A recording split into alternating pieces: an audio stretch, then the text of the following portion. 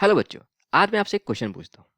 अगर आपसे पूछा जाए कि एक पार्टिकल है जो कि स्टार्ट करता है x equals two plus a/2 से और पॉजिटिव एक्सट्रीम की तरफ मूव कर रहा है, तो क्या आप इस इंफॉर्मेशन से डायरेक्टली इस पार्टिकल का पोजीशन टाइम इक्वेशन लिख सकते हैं? अगर नहीं तो आज का ये वीडियो अंत तक जरूर देखना, क्योंकि हर साल जेई और नीट में इस कॉन्सेप्ट पे बेस्ड क्वेश्चन आते ही आते हैं। बेसिकली आज हम तीन चीजें इस वीडियो में कवर करेंगे: एसएम के ग्राफ्स, एसएम के इक्वेशन लिखने का फुल प्रूफ मेथड और फेजर डायग्राम की हेल्प से एसएम के इक्वेशन को कैसे सॉल्व कर सकते हैं इजीली, इसके बारे में जानेंगे। और इसमें से कोई भी कॉन्सेप्ट मिस मत करना, और इसके लिए आपको वीडियो एंड तक देखना होगा। तो सबसे पहले हम बात करते हैं कि लास्ट वीडियो में हमने क्या क्या सीखा था। लास्ट वीडियो में हमने बात किया था कि अगर कोई पार्टिकल अगर सिंपल हार्मोनिक मोशन में ऑसिलेट हो रहा है तो उसके जो एक्सट्रीम जो मैक्सिमम डिस्प्लेसमेंट होगा उसके मीन पोजीशन से, उसको हम क्या कहेंगे? एम्पलीट्यूड। ये हो गया हमारा मीन पोजीशन। फाइन। पार्टिकल अगर ऑसिलेट कर रहा है इधर, ठीक है। और इसको ऑसिलेट करने के लिए हमेशा इसमें एक रीस्टोरिंग फोर्स होना चाहिए इसके ऑसिलेशन को सस्टेन करने के लिए। और उसका जो रिस्टोरिंग फोर्स है उसका फॉर्मूला क्या होगा? माइनस के एक्स। एक्स क्या है? Displacement from its mean position. के क्या है? एक कांस्टेंट, ऑसिलेशन कांस्टेंट। और एफ क्या है? Restoring force. अब यहीं से आता है हमारे पास एक्सेलरेशन ऑफ द पार्टिकल। ये आ गया आता है हमारे पास माइनस ओमेगा स्क्वायर एक्स। और ये जो ओमेगा का वैल्यू है, ये ओमेगा को कहते हैं हम एंगुलर फ्रीक्वेंसी, और इसका वैल्यू होता है omega is equals to root under k upon m. ये क्या था? इस ये कांस्टेंट, ऑसिलेशन कांस्टेंट, और एम क्या हो गया? Mass of the body. ठीक है। इसके बाद हमारे पास आ गया था ये एक्सेलरेशन और डिस्प्लेसमेंट के बीच में रिलेशनशिप था। इसके बाद हमारे पास एक स्पीड और डिस्प्लेसमेंट के बीच में रिलेशनशिप था क्या? v is equals to omega square root amplitude square minus displacement square from mean position. Okay. एक ये रिलेशनशिप है हमारे पास, एक ये रिलेशनशिप हो गया मेन, ax और vx हो गया। इसके अलावा हमारे पास क्या था? एक्स टी वी टी और ए टी रिलेशनशिप था। टोटल टोटल 6 रिलेशनशिप थे ना। हमने एक्स टी सीखा था, हमने वी टी सीखा था, हमने ए टी सीखा था, और ए एक्स सीखा था, ए एक्स सीखा था, डिस्प्लेसमेंट वेलोसिटी एंड डिस्प्लेसमेंट के बीच में रिलेशनशिप देखा था, और ए एंड वी, यही 6 रिलेशनशिप हमने सीखे थे। तो इसमें से दो अभी हमने देख ली, ए और एक्सेलरेशन डिस्प्लेसमेंट के बीच में और वेलोसिटी डिस्प्लेसमेंट के बीच में। ठीक है। इसके अलावा हमारे पास डिस्प्लेसमेंट एंड टाइम के बीच में रिलेशनशिप था, x is equal to amplitude a sine omega T plus five. अच्छा, हमने ये भी बात किया था कि जो ओमेगा टी प्लस फाइव है, ये जो पूरे टर्म है, इसको कहते हैं हम फेज, और फाइव को कहते हैं phase constant. Omega T plus five क्या बताता है कि पार्टिकल का पोजीशन कहाँ पे है एसएचएम में किसी पर्टिकुलर टाइम पे। और फाइव बताता है कि इनिशियली जब टाइम जीरो था, यानी पार्टिकल जहाँ से स्टार्ट हो रहा है, तो उस समय उसकी पोजीशन क्या थी, ये फाइव से पता चलता है। फिर आ गया हमारे पास भी, v is equal to a omega cos omega T plus five. ये हो गया एक्स और वी। और इसके साथ हमारे पास एक्सेलरेशन के लिए भी क्या था कि minus A omega square sine omega T plus five. ये हो गया एक्स टी वी टी और ए टी। ये X T V T A T के बीच में रिलेशनशिप आ गया। इसके अलावा जो हमारे पास एक रिलेशनशिप था वी और ए के बीच में, वो क्या था? V square upon a square omega square plus a acceleration square divide by amplitude square and omega to the power 4 equals to 1। तो ये हो गए सभी 6 रिलेशनशिप हमारे पास। ठीक है। अब इन्हीं का हम ग्राफिकल रिप्रेजेंटेशन देखेंगे। कैसे? तो सिंपल है। अगर हम मानते हैं कि एक पार्टिकल है, मान लेते हैं लेट एक मोशन हो रहा है यहाँ पे। ठीक है। एक पार्टिकल है जो ये हो गया माइनस ए प्लस ए, ये इधर t is equal to zero से पॉजिटिव एक्सट्रीम पोजिशन की तरफ जा रहा है at t is equal to zero से।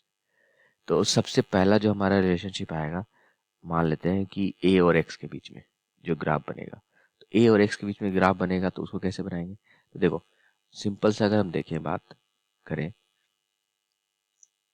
तो जो हमारे पास ए और एक्स के बीच में रिलेशनशिप क्या है, A is equals to minus omega square X, और ओमेगा क्या है, कांस्टेंट ना। ओमेगा स्क्वायर का वैल्यू क्या है, k upon m, minus a equals to minus k upon m x. तो ये क्या हो जाएगा, एक स्ट्रेट लाइन हो गया ना जिसका स्लोप निगेटिव है। तो ग्राफ कुछ ऐसा बनेगा, अगर इसको हम एक्सेलरेशन मान लें, ये डिस्प्लेसमेंट, तो हमारा ग्राफ कुछ यूं बनेगा। ये मैं फ्री हैंड बना रहा हूँ पर ये स्ट्रेट लाइन आएगा, राइट, जिसका स्लोप होगा माइनस के बाई एम। कोई दिक्कत? तो ये हो गया एक्सेलरेशन एंड डिस्प्लेसमेंट के बीच का ग्राफ। कोई दिक्कत? इसी तरह से अगर हम बात करें वेलोसिटी और डिस्प्लेसमेंट के बीच का ग्राफ, दूसरा वेलोसिटी एंड डिस्प्लेसमेंट के बीच का ग्राफ।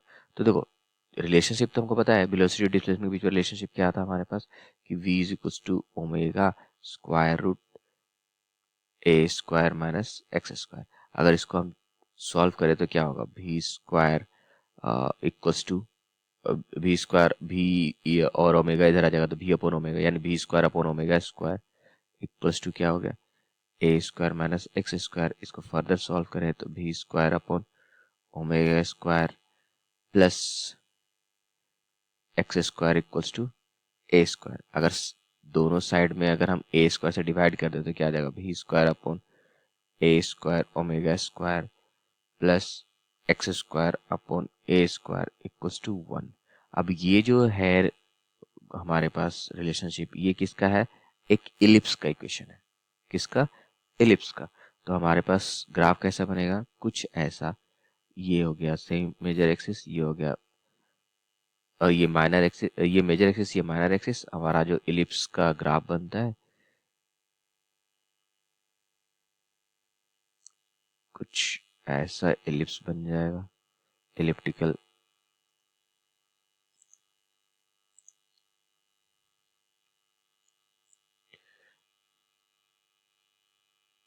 कुछ ऐसा इलिप्स बन जाएगा, राइट। और इसमें क्या आ जाएगा, ये हमारा रिप्रेजेंट करेगा डिस्प्लेसमेंट को x, यहाँ से ये हो गया a, ये आ जाएगा माइनस a, और यहाँ पे ए ओमेगा हो जाएगा ये, क्योंकि जब x का वैल्यू यहाँ पे जीरो हम ले रहे हैं तो v इज इक्वल टू क्या आएगा, ए ओमेगा, ये हो जाएगा माइनस ए ओमेगा। तो ये v और x मतलब स्पीड और डिस्प्लेसमेंट के बीच का जो ग्राफ बनेगा वो इलिप्टिकल होगा, ठीक है।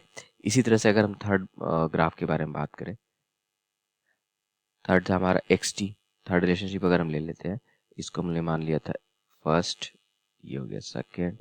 अगर थर्ड देखें तो थर्ड है एक्स और टी के बीच में, यानी कि x equals to A sine omega t. अच्छा एक और चीज यहाँ पे हमने मेरे यहाँ पे लिया था इसमें, कि ये टी इक्वल टू जीरो पे मीन पोजिशन से स्टार्ट होता है, फाई का वैल्यू क्या हो जाएगा, जीरो इस जगह पे, तो ओमेगा टी हो गया। अब इसका जो ग्राफ होगा वो कैसा बनेगा, तो ग्राफ हमारा कुछ ऐसा बनेगा, जो नॉर्मल साइनसोइडल ग्राफ होता है। मैं ये फ्री हैंड बना रहा हूँ पर आप समझ लेना कि ये बनेगा ऐसा ही ग्राफ, ठीक है। ये हो गया प्लस ए, ये हो गया माइनस ए, ये हो गया डिस्प्लेसमेंट टाइम के बीच का। सिमिलरली अगर हम स्पीड के लिए बनाए तो v is equals to a omega cos omega t. अब इसका ग्राफ कैसा बनेगा, तो इसका कॉस का ग्राफ आएगा, स्लोप इसका एम्पलीट्यूड सिर्फ चेंज हो जाएगा, बाकी ग्राफ ऐसा होगा, यहाँ से स्टार्ट होगा ऐसे करके ऐसे करके ऐसे, ठीक है। और ये आ जाएगा हमारे पास ए ओमेगा, और ये आ जाएगा माइनस ए ओमेगा, ठीक है। सेम अगर हम बात करें एक्सेलरेशन टाइम के बारे में, तो एक्सेलरेशन टाइम में जो ग्राफ बनेगा वो क्या होता है, A is equals to minus A omega square sine omega T, यही आएगा, राइट। इसका ग्राफ कैसा होगा, तो इसका तो साइनसॉइडली ग्राफ बनेगा, ठीक है। ग्राफ बनेगा क्या, साइनसॉइडल, डिस्प्लेसमेंट टाइम है उसका, तो इसको हम ऐसे कर सकते हैं। और ए का वैल्यू क्या आएगा हमारे पास, ए का वैल्यू है यहाँ पे ये आ जाएगा ए ओमेगा स्क्वायर, यहाँ पे minus A omega square, amplitude जो इसका बनेगा वो ए ओमेगा स्क्वायर हो गया, अदरवाइज ठीक है। और इसके बाद हमारे पास सिक्स जो रिलेशनशिप था वो था हमारे पास, वो भी इलिप्स का ही था, बी स्क्वायर, बी और ए के बीच में A square omega square plus A square amplitude square omega to the power 4 equals to 1। This is also graph of equation of ellipse. इसका भी ग्राफ हमारा एलिप्स के जैसा ही बनेगा, ठीक है, इलिप्टिकल ही इसका भी बनेगा।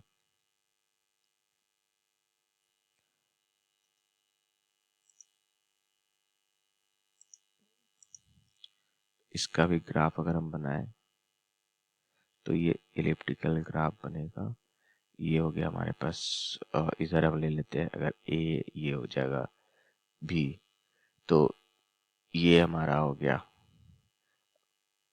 ए स्क्वायर, मतलब बेसिकली ए ओमेगा हो गया इधर, और ये हो गया A omega square, that's it. Okay, ये माइनस ए ओमेगा स्क्वायर हो जाएगा और ये माइनस ए ओमेगा होगा। कोई प्रॉब्लम नहीं। तो ये तो था ग्राफिकल रिलेशनशिप, ठीक है। कई बार क्या होता है, डायरेक्ट इसी पे बेस्ड क्वेश्चन आता है, डायरेक्ट ग्राफ। जैसे कि एक मैं बात करूं तो पूछा गया था 21 में कि particle executing SHM of a graph, the velocity of a as a function of displacement is. तो वेलोसिटी एंड डिस्प्लेसमेंट के बीच का जो रिलेशनशिप है, ग्राफ है, वो कैसा बनेगा? एलिप्स। अभी देखा था हमने ना, जस्ट अभी, कि वेलोसिटी एंड डिस्प्लेसमेंट के बीच का ग्राफ कैसा बनेगा, तो एलिप्सिकल बन रहा है, राइट। कभी कभी होता है कि इसका मेजर एक्सिस का डिस्टेंस कितना होगा या माइनर एक्सिस का डिस्प्लेस जो लेंथ होगा वो क्या होगा।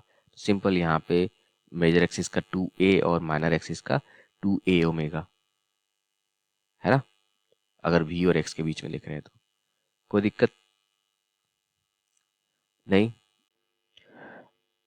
अब हम बात करते हैं कि अगर हमारे पास एक सिचुएशन दिया रहे कि पार्टिकल जो एसएचएम में एग्जीक्यूट कर रहा है उसका इनिशियल पोजीशन दे रखा है और किधर जा रहा है, तो उससे हम डिस्प्लेसमेंट टाइम का इक्वेशन कैसे लिखेंगे। जैसे कि इस क्वेश्चन में दिया गया है कि at t is equal to 0 पे एक पार्टिकल है, वो -√3/2 ए पे है और वो पॉजिटिव एक्सट्रीम की तरफ जा रही है। तो इसे, इसका इक्वेशन लिखना है, वो कैसे लिखेंगे, ठीक है। अब इसके लिए हमें क्या करना पड़ेगा, हम जानते हैं कि जो standard displacement time graph equation होता है वो क्या होता है, x is equal to A sine omega T plus 5। अब यहाँ पे हम जो गिवन वैल्यू है, हम ए एक्सट्रीम पोजीशन एम्पलीट्यूड को ए ले लेते हैं, तो ए हमारे पास हो गया। पर दूसरा वेरिएबल जो है वो 5, वो हम कैसे कैलकुलेट करेंगे। तो देखो यहाँ पे दे रखा है इन्होंने, टी इज इक्वल टू 0 पे क्या है, -√3/2 ए है, हम ये पुट कर देते हैं at t is equal to 0। X का वैल्यू कितना है, -√3/2 ए और इक्वल्स टू ए साइन, और ये टी का वैल्यू 0 पुट करेंगे तो ये तो हट जाएगा, सिर्फ बचेगा क्या, 5। यहाँ से ए कैंसिल हो गया, साइन 5 इज इक्वल टू -√3/2 आ गया।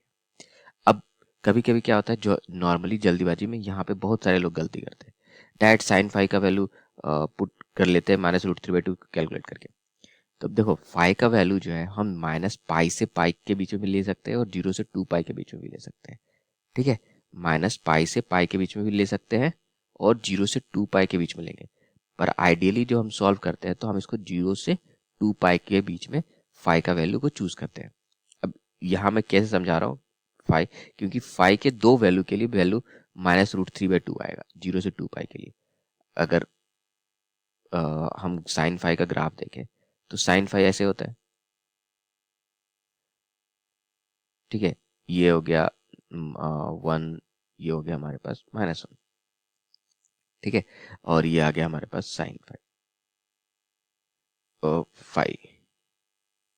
तो -√3/2, -√3/2 लेट से कि यहाँ पे ये है -√3/2, अगर हम माने ये पॉइंट है -√3/2, तो अगर ध्यान से देखो तो हमारे पास दो वैल्यू मिल रहे हैं ना, एक वैल्यू ये, एक वैल्यू ये, 0 से ये 0 पाई 2 पाई, 0 से 2 पाई के बीच में जो हमारे पास फाई के दो वैल्यू मिल रहे हैं -√3/2। ठीक है, ये वैल्यू क्या होगा, तो ये वैल्यू होगा हमारे पास 4 पाई/3। ये जो वैल्यू है ये है 4 पाई/3 और ये वैल्यू है हमारा 5 पाई/3। ठीक है, अब इन दोनों में से चूज किसको करना है, तो इसके लिए हम क्या करेंगे, इनिशियल टाइम पे t=0 पे इनिशियल कंडीशन है, पार्टिकल का मोशन किधर था वो हमें देखना है।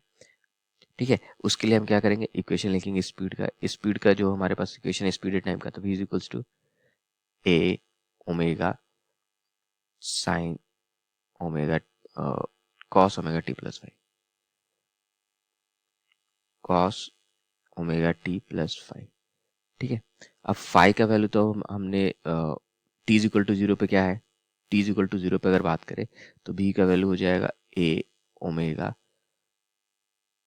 Cos five. अब ध्यान दें, अगर 4 पाई/3 पुट करते हैं कॉस फाइव का वैल्यू, ठीक है, तो हमारे पास ये आएगा निगेटिव। ठीक है,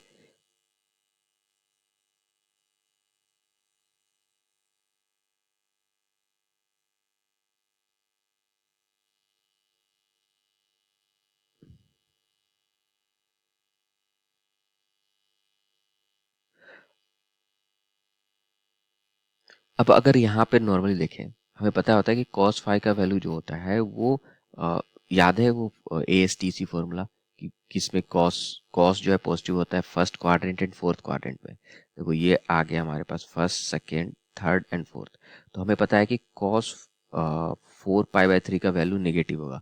और यहाँ से अगर हम मोशन को देखें तो मोशन पॉजिटिव एक्सट्रीम की तरफ जा रहा है, +a की तरफ जा रहा है, राइट, यानी कि स्पीड जो है पॉजिटिव है, तो हमारे पास कौन सा वैल्यू हम लेंगे, 5 पाई/3। क्लियर है, मैं फिर से रिपीट कर रहा हूँ, 5 पाई/3 क्यों चूज कर रहे हैं, since v is positive at t=0। अब हमने जो स्पीड टाइम का जो इक्वेशन है उसमें अगर t=0 पुट किया तो हमारे पास ये रिलेशनशिप आया।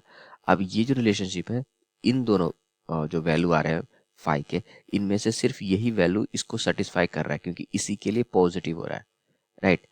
4 5 = 5 पाई/3 भी इज पॉजिटिव, देयरफॉर फाई का वैल्यू क्या हो गया, 5 पाई/3।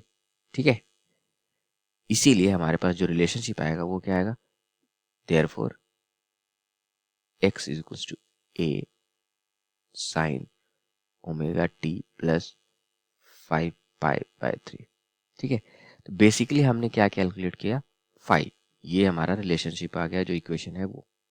अब देखो फिर से मैं इसको रिपीट कर रहा हूँ, इसको सॉल्व कैसे किया था हमने, हमने पहले डिस्प्लेसमेंट टाइम का इक्वेशन लिखा, वेव जो हमारा SHM का है, और t=0 पे जो पार्टिकल का पोजीशन था एम्पलीट्यूड, उसका यूज करके हमने फाई के दो वैल्यू कैलकुलेट किए। ठीक है, फिर हमने जो वेलोसिटी का डायरेक्शन था उसका डेटा यूज करके, मतलब उसके इंफॉर्मेशन को यूज करके हमने दोनों में से कौन सा करेक्ट है उसको फाइंड आउट किया और फिर फाई का वैल्यू हमने कैलकुलेट किया। ये हर बार करना पड़ेगा जब भी ऐसा क्वेश्चन है। ठीक है, चलो एक और क्वेश्चन करते हैं इसी पे क्विकली। अब जैसे यहाँ पे दे रखा है कि find the equation of motion of the particle, यहाँ पार्टिकल का t=0 पे a/2 है प्लस, लेकिन ये निगेटिव एक्सट्रीम की तरफ जा रहा है, तो यहाँ पे जो v है एट टाइम 0, t=0 पे इनिशियल जो स्पीड है वो निगेटिव है क्योंकि वो इधर जा रहा है, ध्यान रहे। ठीक है, तो यहाँ भी हम क्या करेंगे, सबसे पहला स्टेप क्या है, हम इक्वेशन लिखेंगे x = a sine omega T plus 5। ठीक है, ये हमने लिख लिया। अब इसके बाद हम क्या करेंगे, t=0 पुट करेंगे तो वहां पे x का वैल्यू क्या आ जाएगा, एट t=0 हमारे पास x का वैल्यू क्या है, a/2 इक्वल्स टू ये हो जाएगा a साइन 5। अब 5 का वैल्यू 1/2 है, ये दो वैल्यूज के लिए हमारे पास आएगा, राइट है कि नहीं। अब यहाँ पे 5 का कौन सा वैल्यू हम चूज करेंगे, 1/2, तो हम यहाँ पे v का वैल्यू ले लेंगे, v हम पहले हमने यहाँ पे ग्राफ बना लिया। ठीक है, ये आ गया 1/2 और ये दो वैल्यू के लिए लाई कर रहा है। तो पहला तो हो गया हमारे पास π/6 और एक हो गया 5π/6। ठीक है, अब इन दोनों में से किसको चूज करेंगे? तो अगेन हम देखेंगे भी का जो एक्सप्रेशन आता है, v is equals to a omega cos omega T plus 5 और at t is equal to 0 पे हमारे पास v is equals to a omega cos 5 आ गया। अब इन दोनों में देखें, कॉस जो है फर्स्ट क्वाड्रेंट में पॉजिटिव रहता है और ये हमारा सेकेंड क्वाड्रेंट है। हमारे पास भी का एक्चुअली जो इनिशियल कंडीशन में भी का वैल्यू क्या है, नेगेटिव है। और ये जो नेगेटिव वाला पार्ट है, since v is negative at t is equal to 0, तो हमारे पास 5 का वैल्यू कौन सा सही रहेगा? 5π/6। Therefore 5 is equal to 5π/6। तो हमारे पास जो इक्वेशन निकल के आया है डिस्प्लेसमेंट टाइम का, x is equal to a sine omega T plus 5π/6। ठीक है, कोई दिक्कत? सही है, समझ में आ रहा है? बहुत अच्छे। अब हम क्या करते हैं, इससे इसी तरह के प्रॉब्लम बेस्ड कुछ और क्वेश्चन देखते थे। जैसे कि if T is the time period then find the time when it first reaches to rest. अब ये जो पार्टिकल है ये इधर जा रहा है, टी का वैल्यू उन्होंने दे रखा है टाइम पीरियड, तो ये सबसे पहली बार रेस्ट पे कब आएगा ये निकालना है। ठीक है, अब इसको सॉल्व करने का दो तरीका है। एक तो हम फेजर का यूज करके सॉल्व करें, या फिर अभी जो हमने इक्वेशन को यूज किया है, इक्वेशन को फाइंड करके फिर उसका यूज करके हम सॉल्व करें। तो फेजर अभी हमने सीखा नहीं है, तो अभी तक जितना सीखा है उसकी हेल्प से इसको सीखते हैं, करते हैं। ठीक है, तो इसको कैसे करेंगे? सबसे पहले हमें क्या होगा, इक्वेशन निकालना पड़ेगा। अगेन हम क्या लिखेंगे, x is equals to A sine omega T plus 5 और t इज इक्वल टू 0 पे हमारे पास ये a/2 है, a/2 equals to a sign 5 और यहाँ से साइन 5 के दो वैल्यू निकल जाएंगे। साइन 5 यहाँ से 5 के दो वैल्यू निकलेंगे। साइन 5 का वैल्यू आ गया 1/2। इससे हमें पास क्या हो गया, 5 के दो वैल्यू निकल गए। 5 का कौन कौन सा वैल्यू, एक हो गया हमारे पास π/6 और दूसरा हो गया 5π/6। ठीक है, अब इसको ऑब्वियसली स्पीड का अगर रिलेशनशिप लिखे, v is equals to a omega cos omega T plus 5 और यहाँ पे देख रहे हैं कि ये टी इज इक्वल टू 0 पे स्पीड पॉजिटिव एक्सट्रीम की तरफ जा रहा है, मतलब पॉजिटिव है अभी। तो हम हमारे पास जो ये कॉस ओमेगा टी प्लस 5 है, ठीक है, ये जो value at t is equal to 0 पे, at t is equal to 0 पे भी सिर्फ इसके लिए पॉजिटिव होगा। 5π/6 पे हमारे पास भी इज इक्वल टू क्या हो जाएगा, भी ए ओमेगा कॉस 5। अब यहाँ पे सिर्फ π/6 के लिए भी पॉजिटिव होगा। 5π/6 यानी कि फोर्थ क्वाड्रेंट में हमारा ये सॉरी कॉस है, ये हमारा सेकेंड क्वाड्रेंट आ रहा है, राइट। सेकेंड क्वाड्रेंट में ये कॉस का वैल्यू नेगेटिव हो जाएगा, ये यानी कि फर्स्ट क्वाड्रेंट में ही पॉजिटिव हो रहा है ये, तो π/6। तो हमारे पास जो रिलेशनशिप बन के आ जाएगा,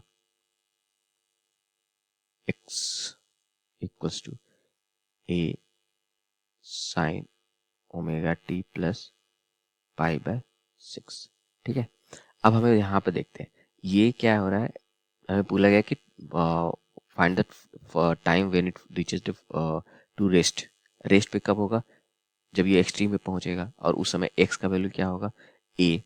तो at extreme position, at x positive extreme और एक्सट्रीम पोजीशन, पॉजिटिव। तो यहाँ पे हम लिख सकते हैं क्या, ये हो जाएगा a equals to A sine omega T plus pi by 6, एक कट गया, यहाँ बचा 1, तो 1 equals to sine omega T plus pi by 6, ये क्या हो जाएगा, pi by 2 equals to omega T plus pi by 6, और यहाँ से वैल्यू आ जाएगा क्या, कैलकुलेट करके हम निकाल सकते हैं, pi by 2 minus omega 2 equals to pi by 2 minus pi by 6, which means t would be equals to 6, 2 pi by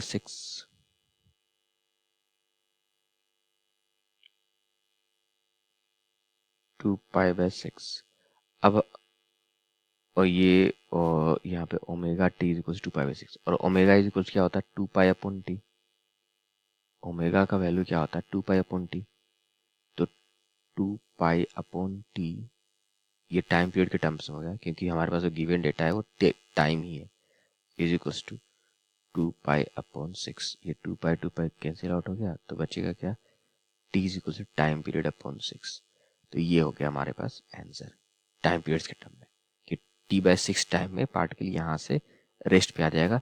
कभी कभी पूछा जाता है कि मैक्सिमम पोजीशन पे कब चला जाएगा, स्पीड 0 हो रही है, मैक्सिमम एक्सेलरेशन कब पहुंचेगा, तो ये सब भी याद रखने वाली बात है कि यहाँ पे स्पीड 0 होती है, डिस्प्लेसमेंट मैक्सिमम होता है और एक्सेलरेशन भी यहीं पे मैक्सिमम होता है। ठीक है, कोई दिक्कत। अब बात करते हैं हम SHM as a projection of circular motion. अब बोलोगे सर आपने तो बताया था सर्कुलर मोशन तो एसएचएम होता नहीं है, वो तो पीरियोडिक मोशन होता है। अगर पार्टिकल, वो भी पार्टिकल अगर यूनिफॉर्म स्पीड से मूव कर रहा हो, तो इस वाले पार्टिकल के मोशन को ऑब्जर्व करो। ठीक है, इसमें हो क्या रहा है, अगर इसको हम थोड़ी देर के लिए रोक के देखें तो पार्टिकल यहाँ से, ये जो पार्टिकल है हमारा एक कांस्टेंट स्पीड से मूव कर रहा है, v स्पीड से। ठीक है, ये अपना circular motion, uniform circular motion में रोटेट कर रहा है। ठीक है, अगर हम यहाँ से एक टॉर्च बनाएं,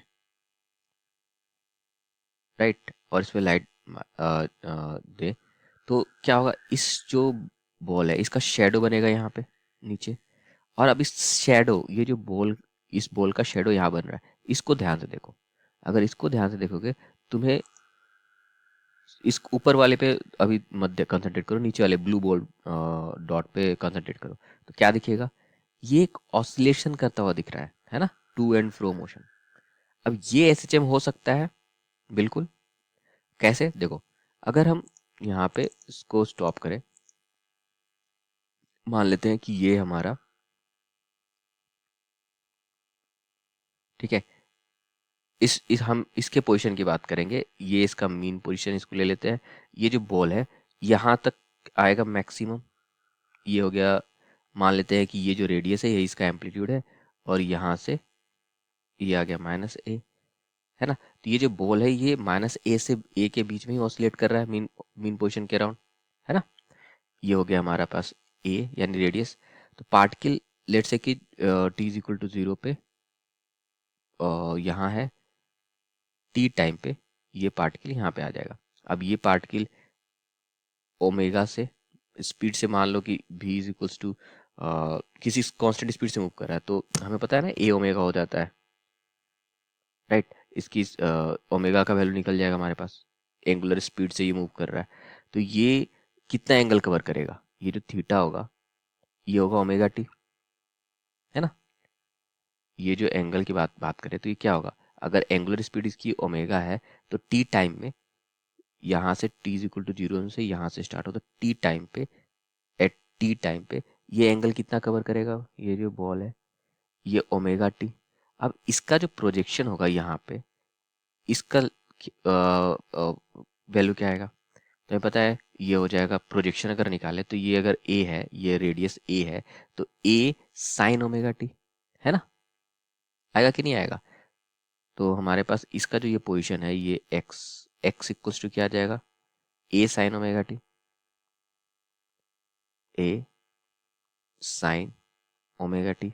आ गया कि नहीं आ गया। अब यही तो होता है ना हमारे पास एसएचएम का रिलेशनशिप x और t के बीच में। तो हम देख सकते हैं कि जो पार्टिकल का प्रोजेक्शन है, अगर पार्टिकल यूनिफॉर्म सर्कुलर मोशन में रोटेट कर रहा है तो उसका जो प्रोजेक्शन होगा वो SHM होगा। और सिर्फ यही नहीं, इसका ये प्रोजेक्शन भी इधर इधर से भी अगर हम प्रोजेक्शन देखें तो ये जो साइड मतलब इस साइड में जो पोजीशन बनेगा, हमने क्या हॉरिजॉन्टल पोजीशन देख लिया, वर्टिकल पोजीशन भी अगर देखें इधर पे इस एक्सिस पे, तो यहाँ पे क्या आ जाएगा, y is equals to a cos omega t। और इसको ऐसे लिख सकते हैं, y is equals to a cos omega t को क्या लिख सकते हैं, sin omega t plus pi by 2। ये भी हमारे पास SHM का इक्वेशन आ गया है ना। तो जो दोनों वर्टिकल और हॉरिजॉन्टल दोनों प्रोजेक्शन है वो क्या आएगा, SHM एग्जीक्यूट कर रहा होगा, राइट। कोई दिक्कत। अब हम बात करते हैं फेजर के बारे में, फेजर डायग्राम में। तो फेजर डायग्राम समझने के लिए पहले हमें समझना पड़ेगा फेजर क्या होता है। तो फेजर बेसिकली एक वेक्टर है, ये वेक्टर जो अपने ओरिजिन पॉइंट के अबाउट रोटेट कर रहा होता है सर्टेन एंगुलर स्पीड से, ठीक है। ओके, अब ये जो फेजर है ये हमारा काम क्या करता है, इसका यूज क्या है। तो बेसिकली ये जो फेजर डायग्राम होता है ये किसी भी पार्टिकल जो SHM कर रहा है उसके मोशन को अच्छे से समझने में हेल्प करता है, ठीक है। कैसे, फॉर एग्जाम्पल जैसे कि एक इक्वेशन देख लेते हैं, x is equals to a sine omega T plus pi by 3 ले लेते हैं, ठीक है। ये एक पार्टिकल जो SHM एग्जीक्यूट कर रहा है उसका डिस्प्लेसमेंट टाइम का इक्वेशन है, ठीक है। अब इसको अगर हम रियली विजुअलाइज करना चाहें तो ये काफ़ी डिफिकल्ट होगा हमें विजुअलाइज करना, लेकिन फेजर की हेल्प से हम इसको अच्छे से विजुअलाइज कर सकते हैं। कैसे, हम क्या करेंगे, यहाँ पे एक सर्कल ड्रॉ कर लेते हैं। जैसे फेजर बेसिकली सर्कुलर मोशन में ही रोटेट कर रहा होता है।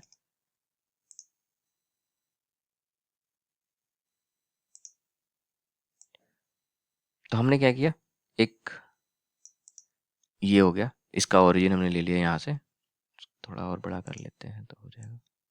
हाँ, अब रेडियस लग रहा है, ठीक है। ये है उसके सेंटर पे। अब देखो, फेजर जो होता है, फेजर का जो सेंटर होता है, जो जिसके अबाउट रोटेट कर रहा होता है, उस उसको हम सेंटर मान करके, ठीक है, फेजर रोटेट कर रहा होता है यूनिफॉर्मली, तो एक सर्कुलर पाथ, ये सर्कुलर रीजन बनता है, राइट। फिर आया क्या कि जो स्पिन होता है इस फेजर का स्पिन वो हम क्लॉकवाइज लेते हैं, और जो एंगल कैलकुलेट करते हैं, फेजर का पोजीशन कैलकुलेट करते हैं, एंगल वो हम कैलकुलेट करते हैं ये टॉप ऑफ द पॉइंट से, मतलब वर्टिकल लाइन से, ठीक है, वर्टिकल पोजीशन से। कोई दिक्कत नहीं। अब देखो बोल क्या रहा है इस इक्वेशन में, देखें यहाँ पे ये इसको कहते हैं फेज, और इसको कहते हैं क्या, पूरा फेज। और इसमें हमारे पास आ गया ये पार्ट जो पाई बाय 3 है, ये क्या है, फेज कांस्टेंट। लास्ट वीडियो जब मैंने फेज और फेज कांस्टेंट समझाया था तो वहाँ पे बहुत लोग ऐसे होंगे जिनको अच्छे से विजुअलाइज नहीं कर पा रहे थे। तो मैंने बताया था फेज क्या होता है, किसी भी पॉइंट पे पार्टिकल के पोजीशन को बताता है, और फेज कांस्टेंट क्या बताता है कि इनिशियल पॉइंट पे यानी टी इक्वल टू 0 पे पार्टिकल का पोजीशन क्या था। अब जब ये मैं समझा रहा था तो कई लोग प्रैक्टिकली इसको विजुअलाइज नहीं कर पा रहे होंगे, पर फेजर की हेल्प से ये काफ़ी अच्छे से विजुअलाइज कर पाएंगे। फॉर एग्जाम्पल जैसे टी इक्वल टू 0 पे पार्टिकल कहाँ था, पाई बाय 3, जो पार्टिकल का फेज कांस्टेंट क्या था, पाई बाय 3। तो ये जो है ना, जो फेजर है ये फेज को ही बता रहा होता है कि फेज के साथ साथ कैसे वेरी कर रहा है। जैसे कि टी इज इक्वल टू 0 पे मान लेते हैं ये हो गया, टी इज इक्वल टू 0 पे ये एंगल बन गया हमारा पाई बाय 3, ठीक है। और इसके बाद यहाँ पे टी टाइम में पार्टिकल अगर फेजर ऐसे घूम रहा है तो कितना कवर करेगा angle, omega into T, angular speed है ना ओमेगा, तो ओमेगा इंटू टी इतना एंगल। अब ये जो फेजर यहाँ पहुंचा है यहाँ से घूम करके, इसका जो प्रोजेक्शन होगा हॉरिजॉन्टल एक्सिस पे वो क्या आएगा, एक्स इक्वल्स टू ए, इसका मैग्नीट्यूड हम क्या लेते हैं, एम्पलीट्यूड के बराबर जो पार्टिकल एसएचएम कर रहा होता है, तो A sine omega T plus pi by 3, ठीक है। कितने इजीली हमने इसके मोशन को हमने विजुलाइज कर लिया। अब मुझे जब भी ये इक्वेशन दिखेगा मैं इसको आराम से फेजर के टर्म में विजुलाइज कर पाऊंगा, और इससे रिलेटेड कुछ भी पूछा जाए question, most of the question हम फेजर की हेल्प से माइंड में विजुलाइज करके इजीली कैलकुलेट कर पाएंगे। बस हमें दो बातों का ध्यान रखना है कि जब भी हम फेजर डायग्राम बना रहे हो तो उसका जो फेजर का मैग्नीट्यूड लेना है वो एम्पलीट्यूड के बराबर लेना है, उसका रोटेशन होगा वो उस रोटेशनल स्पीड होगा वो एंगुलर फ्रीक्वेंसी के बराबर होगा, ठीक है, एसएचएम के। और तीसरा जो स्पिन लेंगे वो हम क्लॉकवाइज लेंगे, और एंगल जो भी फेज कैलकुलेट करेंगे वो टॉप ऑफ द पोजीशन से कैलकुलेट करेंगे, ठीक है। ये सारे कुछ पॉइंट्स है वो ध्यान रखेंगे तो सारा फेजर फेजर डायग्राम से रिलेटेड मतलब जो भी क्वेश्चन आएगा उसको हम आराम से सॉल्व कर सकते हैं। अब ये देखो प्रॉब्लम को कितना ईजी कर देता है, इसका एक एग्जाम्पल देखते हैं। जैसे कि हमने क्वेश्चन किया था स्टार्टिंग में जब हमने जनरल एसएचएम के कॉन्सेप्ट का यूज करके इसका इक्वेशन फाइंड किया था कि find equation of motion of particle of equation of this particle, जो कि ये बता रहा है कि t इज इक्वल टू 0 पे पार्टिकल क्या है -√3/2 a पे था, और ये पॉजिटिव a की तरफ मतलब पॉजिटिव एक्सट्रीम की तरफ जा रहा है, ठीक है। अब इसका अगर मुझे फेजर बनाना है तो और इक्वेशन लिखना है तो मैं कैसे लिखूंगा फेजर की हेल्प से। तो सबसे पहला मेरा काम क्या है, मैंने एक सर्कल बना फेजर डायग्राम बनाया, ये हो गया फेजर डायग्राम, ठीक है। अब जैसे ये हो गया हमारा, इसमें क्या करेंगे हम, ये हॉरिजॉन्टल पोजीशन इसको यहाँ पे कर लेते हैं, ज़्यादा सही दिखेगा, विजुलाइज करना आसान हो जाएगा थोड़ा सा। अच्छा इसको ए को अगर नज़दीक कर पाए तो सही है। अच्छा ये मैंने नज़दीक क्यों किया है, ये इसलिए किया ताकि आसानी हो विजुलाइज करने में, ठीक है। अब देखो ये यहाँ पे हमने क्या कर लिया, ये हॉरिजॉन्टल पोजीशन हो गया, ये इसका एम्पलीट्यूड आ गया, ये इसका निगेटिव एक्सट्रीम, ये पॉजिटिव एक्सट्रीम, ठीक है। मीन पोजीशन ये हो गया हमारा। अब क्या कह रहा है कि पार्टिकल जो है -√3/2 पे, तो -√3/2 ए कहाँ पे आएगा, यहाँ पे कहीं, ये भी पोजीशन है यहाँ पे -√3/2 ए। अब या इस पॉइंट के लिए हमारे पास दो फेजर पॉसिबल है, एक तो ये, ठीक है, एक ये फेजर पॉसिबल है और एक ये फेजर पॉसिबल है, ठीक है, एक ये फेजर पॉसिबल है, कोई दिक्कत नहीं।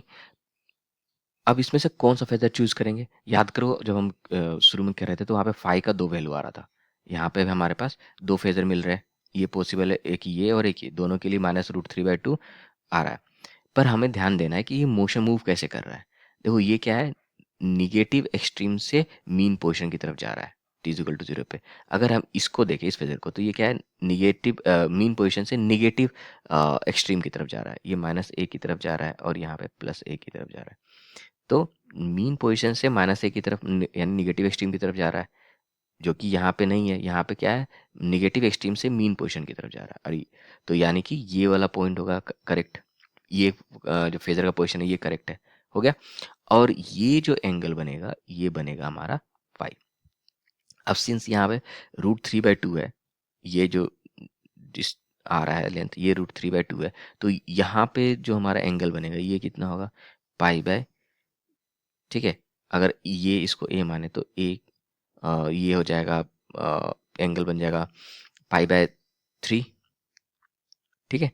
तो टोटल फाई का वैल्यू कितना हो जाएगा, फाई का वैल्यू हो जाएगा पाई/2 पाई/2 पाई/2 3 पाई/2 प्लस पाई/3 विच मीन्स हो जाएगा 10 पाई/6 विच मीन्स 5 पाई/3 इजिली। तो हमारे पास इक्वेशन क्या बन के आ गया, x is equals to a sine omega t plus 5 पाई/3, है ना, काफी आसानी से बन गया। इमेजिन करो कि ये जो क्वेश्चन हमने जब पहली बार किया था तो इसमें हमने क्या क्या यूज किया था कॉन्सेप्ट, और ये काफ़ी हमने पहले डिस्टेंस लिया, फिर टी इज इक्वल टू 0 करके बनाया था, फिर फाई का वैल्यू कैलकुलेट किया, फाई के यहाँ भी 2 वैल्यू आए थे, और फिर हमने स्पीड में उस स्पीड के एक्सप्रेशन में उसका वैल्यू पुट करके देखा कि पॉजिटिव आ रहा है नेगेटिव आ रहा है, तब जाके हमने इक्वेशन ये फाइंड किया था। लेकिन यहाँ पे फेज़र की हेल्प से हम बहुत जल्दी उसको सॉल्व कर पाए। ठीक है, काफ़ी ईजिली हमने इसको सॉल्व कर लिया फेज़र की हेल्प से। अच्छे से समझ में आया बात? इसी तरह से बाकी जो क्वेश्चन है उसको भी फेज़र की हेल्प से सॉल्व कर लेते हैं। जैसे कि यहाँ पे दे रखा है इन्होंने, अब यहाँ पे a/2 है। अब इसको थोड़ा सा और जल्दी जल्दी कर पाएंगे अगर इसका भी हमने यहाँ पे फेज़र बना लिया इस जगह पे। इसको a को थोड़ा सा आगे क्लोज कर लेते हैं, और ये a को भी थोड़ा सा और क्लोज कर लेते हैं। ठीक है, a/2 है तो अगेन इसका फेज़र यहाँ पे a/2 आ रहा है, ये a/2 है तो a/2 मीन पोजीशन है, ये a/2 है यहाँ पे। इसके दो पॉसिबल बनेंगे, एक फेज़र ये बनेगा और एक फेज़र ये बनेगा। ठीक है, अब इन दोनों में क्या है, ये पॉजिटिव एक्सट्रीम से ये हमारा प्लस ए है, ये माइनस ए है।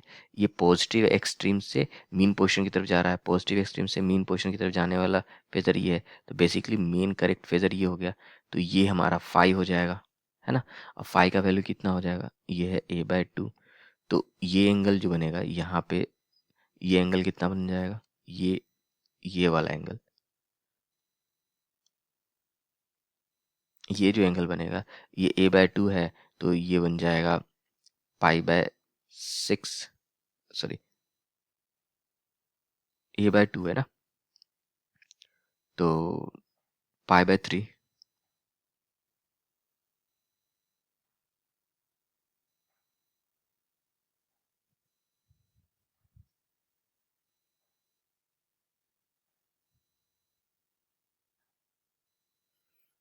ठीक है,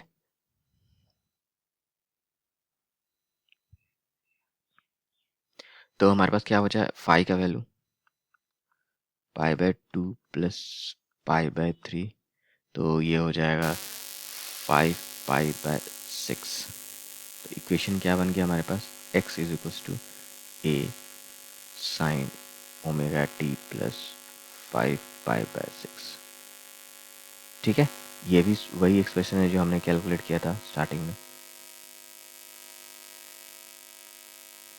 5π/6। ठीक है, सेम आ रहा है।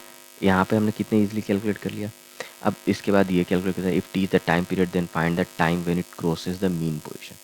ओके, अब यहाँ पे सिंपल सा बात है, T is equal to time period दे रखा है इन्होंने यहाँ पे, तो इसका अगर हम फेज बनाते हैं, फेजर बनाते हैं यहाँ भी, इसका अगर फेजर बनाते हैं, ये क्या हो जाएगा हमारे पास, -a मीन पोजीशन, और ये पार्टिकल है a/2 पे, ये -a/2 है, -a/2 पे यहाँ पे दो फेज़र बन रहे हैं। यहाँ पे एक फेज़र ये बनेगा इस जगह पे, और एक फेज़र ये बनेगा।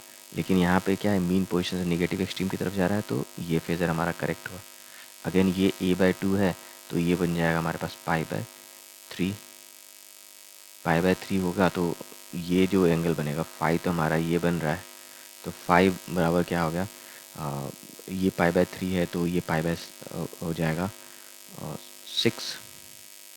ठीक है, तो पाई प्लस π/6, फाई का वैल्यू क्या हो गया, पाई प्लस π/6। ये एंगल यहाँ से यहाँ तक पाई, और ये हो जाएगा π/3। ये एंगल अगर π/3 आ रहा है तो ये एंगल हो जाएगा π/6। ठीक है, तो हमारे पास हो गया 7π/6। इक्वेशन क्या आ जाएगा, x is equal to a sine omega T plus 7π/6। Fine.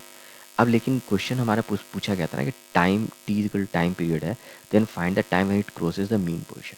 अब यहाँ से मीन पोजीशन को कब क्रॉस करेगा, फाइन। तो पार्टिकल मीन पोजीशन को कब क्रॉस करेगा, जब ये फेजर यहाँ से यहाँ पहुँचेगा।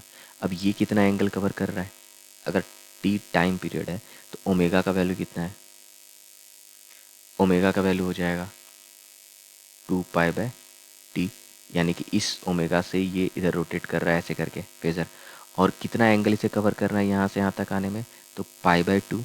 अगर थीटा के बारे में बात करें ये एंगल, तो थीटा का वैल्यू कितना है हमारे पास, फेज़र को इस जगह पे, ये तो इनिशियल पॉइंट हो गया ना, यहाँ से उठ करके यहाँ जाने में कितना समय लगेगा, तो theta is equals to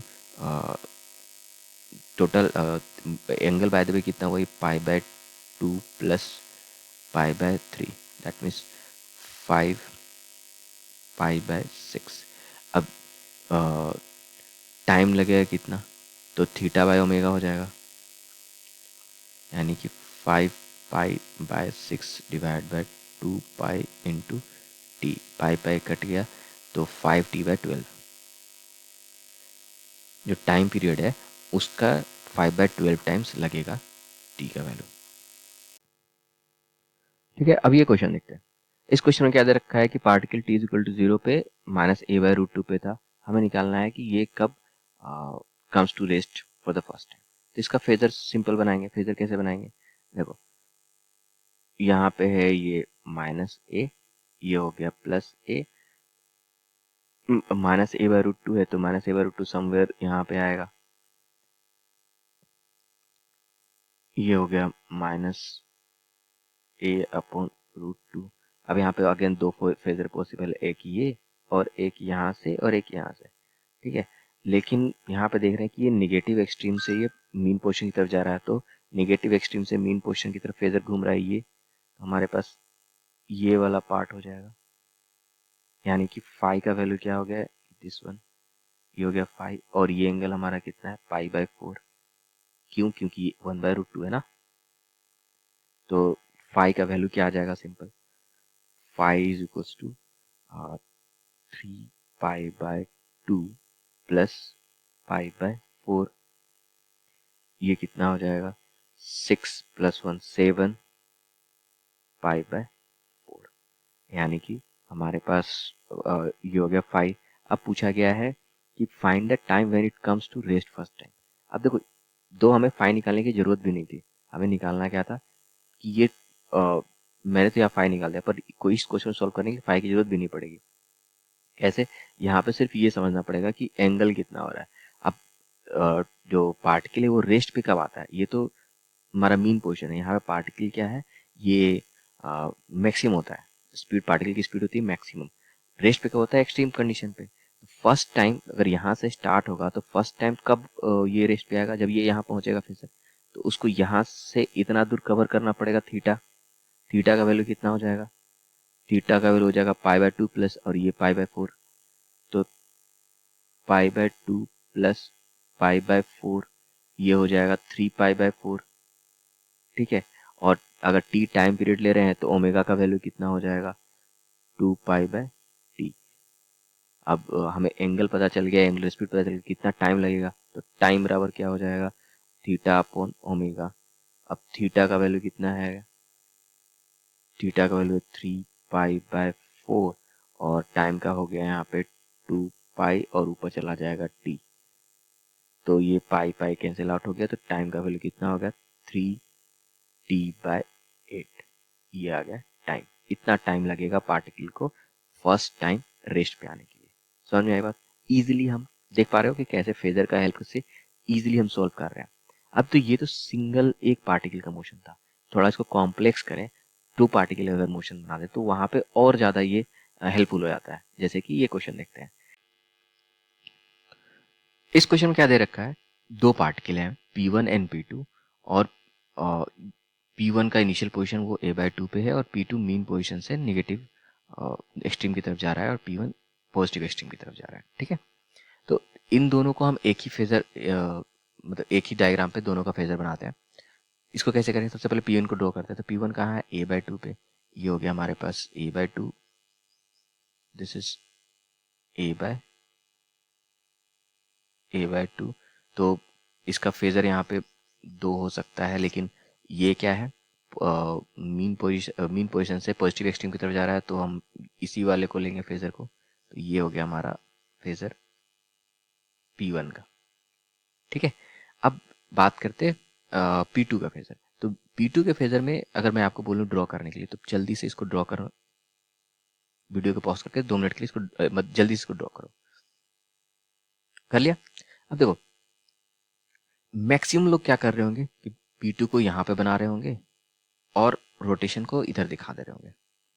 phasor उनका यहाँ से स्टार्ट हो रहा है इधर, क्योंकि ये निगेटिव -1 की तरफ, निगेटिव एक्सट्रीम की तरफ जा रहा है, राइट, जो कि गलत है। फेजर हमेशा फेजर हमेशा मीन पोजीशन से क्लॉकवाइज रोटेशन करता है, राइट। यहाँ से टॉप से, और एंगल हम लेते हैं टॉप से, तो क्लॉकवाइज का रोटेशन होता है। इसीलिए जो P2 होगा, P2 का फेजर होगा यहाँ पे। P2 का जो फेजर है वो यहाँ पे है और ये इधर जा रहा है, ठीक है। अब सिंस दोनों का टाइम पीरियड T है तो दोनों का एंगुलर स्पीड भी सेम होगा, यानी कि दोनों एंगल भी सही से एक साथ कैलकुलेट करेगा। दोनों के बीच का जो एंगल है वो सेम रहेगा। अब यहाँ पे दो चीजें अच्छे से समझनी है, और ये एक ट्रिक भी है इस क्वेश्चन में, कि जब भी हम इसको करें तो एंगल, जो हम ये एंगल्स कैलकुलेट करें ना, जो एंगल ये सब कैलकुलेट करें तो डिग्री में रखें। ये डिग्री में इजी होता है ऐड या सब्ट्रैक्ट करना, और देन उसको हम रेडियन में कन्वर्ट कर लेंगे टाइम कैलकुलेट करने के टाइम पे। तो सबसे पहले हम कर लेते हैं, ये a/2 आया है तो ये एंगल कितना होगा, ऑब्वियसली 60 डिग्री, ठीक है। ये अगर 60 डिग्री आ रहा है, अब देखो यहाँ से एंगुलर स्पीड ये ओमेगा है, तो P1 60 डिग्री जब यहाँ पहुंचेगा, P1 जब यहाँ पहुंचेगा तो P2, ये P2 है, P2 भी तो यहाँ पे चला जाएगा 60 डिग्री, ठीक है, यहाँ पे आ जाएगा।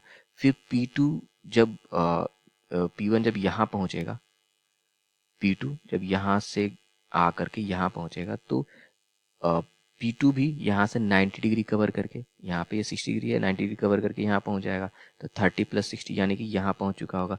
जब ये P1 यहाँ पहुँचेगा तो P2 हमारा यहाँ पहुँचा हुआ रहेगा, राइट। अब ये 60 डिग्री है तो ये एंगल कितना होगा, 30 डिग्री, और P2 होगा यहाँ पे। अब एक बात समझो, अब यहाँ पे एक कंफ्यूजन आएगा जब फेजर में हम रिलेट कर रहे होंगे, तो कि भाई ये दोनों तो एक साथ कांस्टेंट स्पीड से मूव कर रहे हैं, तो दोनों के बीच का एंगल तो कभी चेंज होगा नहीं, तो दोनों मिलेंगे कैसे। तो यहाँ पे जो समझने वाली बात है, क्योंकि ये तो फेजर है ना, फेजर में नहीं है मिलता, जो इनका प्रोजेक्शन है वो एक्चुअल मोशन को रिप्रेजेंट कर रहा है ना। अब ये दोनों कब मिलेंगे, जब दोनों P1 और P2 एक लाइन में आ जाएंगे, राइट, समवेयर यहाँ पे। अब देखो सेम एंगुलर स्पीड से ये मूव कर रहे हैं, तो जितना देर में यहाँ से 30 डिग्री है, अगर ये 15 डिग्री जाएगा यहाँ पे 15 डिग्री, और ये 15 डिग्री आएगा, जो P1 है यहाँ पे पहुंचेगा 15 डिग्री, तो आराम से बीच में बन जाएगा यहाँ पे, राइट। P1 हमारा 15 डिग्री इधर आया और P2 15 डिग्री इधर आया। समझ रहे हो बात को मैं क्या समझा रहा हूँ। तो जो एक्चुअल हमारा बनेगा फेजर फाइनली, यहाँ पे आ जाएगा हमारे पास P1, और ये 15 डिग्री है, और यहाँ पे भी आ जाएगा ये P2, सॉरी ये हो जाएगा हमारे पास P2, और ये हो जाएगा P1 50 डिग्री, ठीक है, 15 डिग्री यहाँ पे। अब इन दोनों का फेजर यहाँ पे सेम हो गया, क्योंकि ये P2 है, जो P1 है ये इधर से आ रहा है, P1 इधर से आ रहा है, और ये P1 हो गया, और ये P2 इधर से आ रहा है, वापस एक्सट्रीम से इधर लौट रहा है, तो ये दोनों यहाँ पे मिल गए इस जगह पे, इस लाइन पे, ठीक है। अब हमें निकालना है कि टाइम, किस टाइम पे ये दोनों मीट कर रहे हैं। तो हम किसी भी एक का टाइम ले लेते हैं, मतलब एंगुलर स्पीड तुम्हें पता है उसने कितना एंगल कवर किया है इस टाइम में, और ओमेगा से डिवाइड कर देंगे तो टाइम निकल जाएगा हमारे पास। जैसे कि अगर हम P2 का ही देख लेते, तो P2 कहाँ से, यहाँ से उठ करके यहाँ पे जा रहा है, तो थीटा जिसने कितना कवर किया, एंगल कितना कवर किया, तो ये हो गया 90 प्लस ये हमारा 60 डिग्री था ही, और यहाँ से ये 15 डिग्री, ठीक है। तो 90 प्लस 60 प्लस 15 डिग्री, तो कितना हो गया ये 165। अब इसको अगर हम कन्वर्ट कर ले रेडियन में तो कितना होगा 165 into π/180 radian, which means 11 π/12 radian, ठीक है। थीटा का वैल्यू आ गया। अब हमें ओमेगा का वैल्यू पता है, ओमेगा अगर हम मतलब जो क्वेश्चन है वो टाइम पीरियड के टर्म में दे रखा है, तो ओमेगा इज इक्वल टू हो जाएगा 2π/t। अब सिंपल अगर मुझे टी निकालना है तो क्या होगा, थीटा अपॉन ओमेगा, थीटा का वैल्यू है 11 पाई अपॉन 12 और ओमेगा का वैल्यू पुट करेंगे, ये हो जाएगा 2 पाई अपॉन टी। तो ये पाई पाई कैंसिल आउट हो जाएगा, बचा कितना,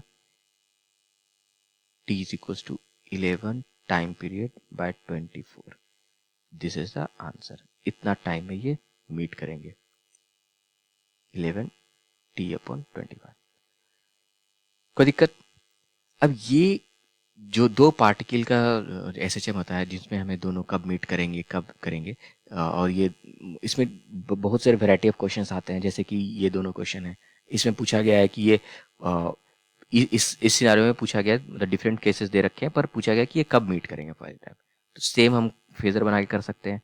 उसी तरह से ये क्वेश्चन है, इसमें पूछा गया है कि ये एक सिनारियो दे रखा है, इन्हें पूछा है कि इनका सेपरेशन कब मैक्सिमम होगा। तो सेपरेशन कब मैक्सिमम होगा, जब दोनों हम एंगल देख करके कैलकुलेट कर सकते हैं। ठीक है, तो ये दोनों क्वेश्चन इसी कॉन्सेप्ट बेस बनेंगे, फेजर में इसी तरह बनाएंगे हम। ठीक है, ये मैं आपको दे रहा हूँ एज अ होमवर्क। आप इसको करके मुझे कमेंट बॉक्स में इसका आंसर बताना, मैं जो सही होगा वो बता दूंगा। ठीक है, और अब इसके बाद ना हम आ जाते हैं अपने जेई नीट सेक्शन में। उसमें हम जेई नीट के जो पीवाईक्यू क्वेश्चन है उनको देखते हैं। अब ये क्वेश्चन देखते हैं। इस क्वेश्चन में क्या दे रखा है कि particle execute SHM with amplitude A and time period B. The displacement of the particle when the speed is half of maximum speed is root X into A upon 2। The value of X is. अब देखो ये जो question है ये calculation में ज़्यादा tough नहीं है, लेकिन इसमें दिक्कत कहाँ आती है, बच्चे कंफ्यूज ज़्यादा करते हैं अगर जल्दीबाजी में होते हो। क्योंकि यहाँ पे देखो टाइम पीरियड को भी से रिप्रेजेंट किया गया है, और एक्स जो हम डिस्प्लेसमेंट के लिए यूज करते हैं वो ऑलरेडी यहाँ पे यूज कर रखा है। तो कभी कभी क्या होता है कि हम हड़बड़ी में क्वेश्चन सॉल्व करने के चक्कर में भी ले लेते हैं स्पीड, और फिर क्वेश्चन गलत नोटेशन पुट करने से डिफरेंट वैल्यू आता है जल्दीबाजी में। इसीलिए कहा जाता है कि क्वेश्चन को ध्यान से पढ़ो सॉल्व करने से पहले। अब देखो सिंस यहाँ पे भी और एक्स ऑलरेडी यूज कर रखा गया है, तो हम क्या रखते हैं, स्पीड के लिए यू यूज करते हैं और डिस्प्लेसमेंट के लिए एक्स एस। ठीक है, तो हम लिख सकते हैं u is equal to omega square root A square minus S square. यहाँ पे s क्या है, डिस्प्लेसमेंट, और u क्या है, स्पीड। अब मैक्सिमम स्पीड कब होता है, u मैक्स कब होता है, जब हमारे पास ए ओमेगा ये आता है। अब ये वैल्यू यहाँ पुट करेंगे, ये बोला गया मैक्सिमम स्पीड का हाफ, तो u की जगह पे A omega by 2 is equal to omega square root A square minus S square. यहाँ ये ओमेगा ओमेगा कट गया, बचा कितना, a बाई 2। अभी दोनों साइड स्क्वायर करेंगे तो क्या आएगा, A square by 4 equals to A square minus S square. अब इसको हम सॉल्व करें तो एस स्क्वायर इक्वल्स टू कितना आ जाएगा, A square minus A square by 4 which means 3 A square by 4, और एस इज इक्वल्स टू कितना हो जाएगा, रूट 3 a अपॉन 2। अब इस एस को इस एक्सप्रेशन से कंपेयर करें तो x का वैल्यू कितना आ जाएगा, अगर ये है हमारे पास रूट एक्स ए अपॉन 2, तो x का वैल्यू कितना आ गया, 3। This is the answer. ठीक है, तो इस वीडियो में इतना ही, और मिलते हैं फिर नेक्स्ट वीडियो में। तब तक के लिए बाय।